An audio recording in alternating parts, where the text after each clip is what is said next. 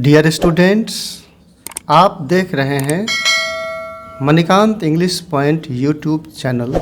मैं हूं मणिकांत मणि और इस वीडियो में मैं आपको 11th इंग्लिश बिहार बोर्ड के सजेशन के बारे में बता रहा हूं। तो आप यहाँ देख सकते हैं लिखा हुआ है सेक्शन बी 50 मार्क से संबंधित, जिसमें डिस्क्रिप्टिव टाइप के प्रश्न पूछे जाएंगे। एसेस हैं, राइट एन एसे, एक निबंध लिखें on any one of the following, किसी एक के ऊपर, इन अबाउट 150 और 200 वर्ड्स, लगभग 150 से लेकर 200 शब्दों में। तो इसके लिए मैंने कुछ महत्वपूर्ण निबंधों को दिया है। ये पहला निबंध है इलेक्शन, फिर साइंस ब्लेसिंग और कर्स, फिर 2 नंबर पे the book you like most, और फिर discipline, your hobby, your aim in life, और फिर इसके अलावा कुछ पैराग्राफ दिए गए हैं जैसे unity is a strength, honesty is the best policy, work is worship, A friend in need is a friend Indeed. तो यह तो ऐसे और पैराग्राफ से संबंधित हैं जिस पर 8 अंक निर्धारित हुए। अब दूसरा जो सजेशन है लेटर और एप्लीकेशंस के बारे में। तो लेटर और एप्लीकेशंस के कई रूप प्रारूप हैं, कई प्रकार हैं, परंतु मैं जो यहाँ दिया हूँ तो पारिवारिक पत्र के बारे में आप तैयारी कर लें। जैसे write a letter to your friend, अपने मित्र को एक पत्र लिखें जो किसी भी विषय वस्तु से संबंधित रह सकते हैं, और जो फ्रेंड या cousin, father, mother, uncle, aunty वगैरह, तो इन सबों पर यह आधारित हो सकता है। नंबर 3 पे है answer any 3 of the following about 120 words. तो ये लॉन्ग टाइप प्रश्न है और इसमें जो है 3 प्रश्नों के उत्तर देने हैं और 6 प्रश्न पूछे गए जाएंगे। तो जिनमें पोइट्री जो है उससे संबंधित मैं दिखा रहा हूँ। पोइट्री में है जो कविताएं हैं, राइट द समरी, सारांश लिखें, ऑफ एनी वन, किसी एक के ऊपर, एक का, ऑफ द फॉलोइंग पोएम्स, निम्नलिखित कविताओं में से किसी एक पर एक का। तो ये पहला है VVI, where the mind is without fear. दूसरी कविता है विलेज सॉन्ग, और फिर साउथ डेली मर्डर, और stopping by woods on a snow evening. तो फिर आगे देखेंगे प्रोज से संबंधित कौन कौन से प्रश्न VVI हो सकते हैं। इस पर भी है write the summary of any one of the following prose pieces, जो कहानी है, प्रोज पीसेज हैं।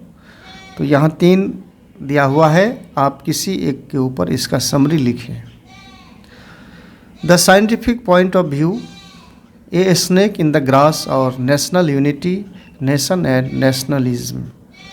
तो इन पर भी किसी एक का सारांश लिखा जाएगा और यहाँ भी जो 3 प्रश्न पूछे गए हैं तो 3 में से किसी एक का उत्तर देना है। और यह है आपको स्टोरी ऑफ इंग्लिश से संबंधित, जिनमें 2 प्रश्न दिए गए हैं।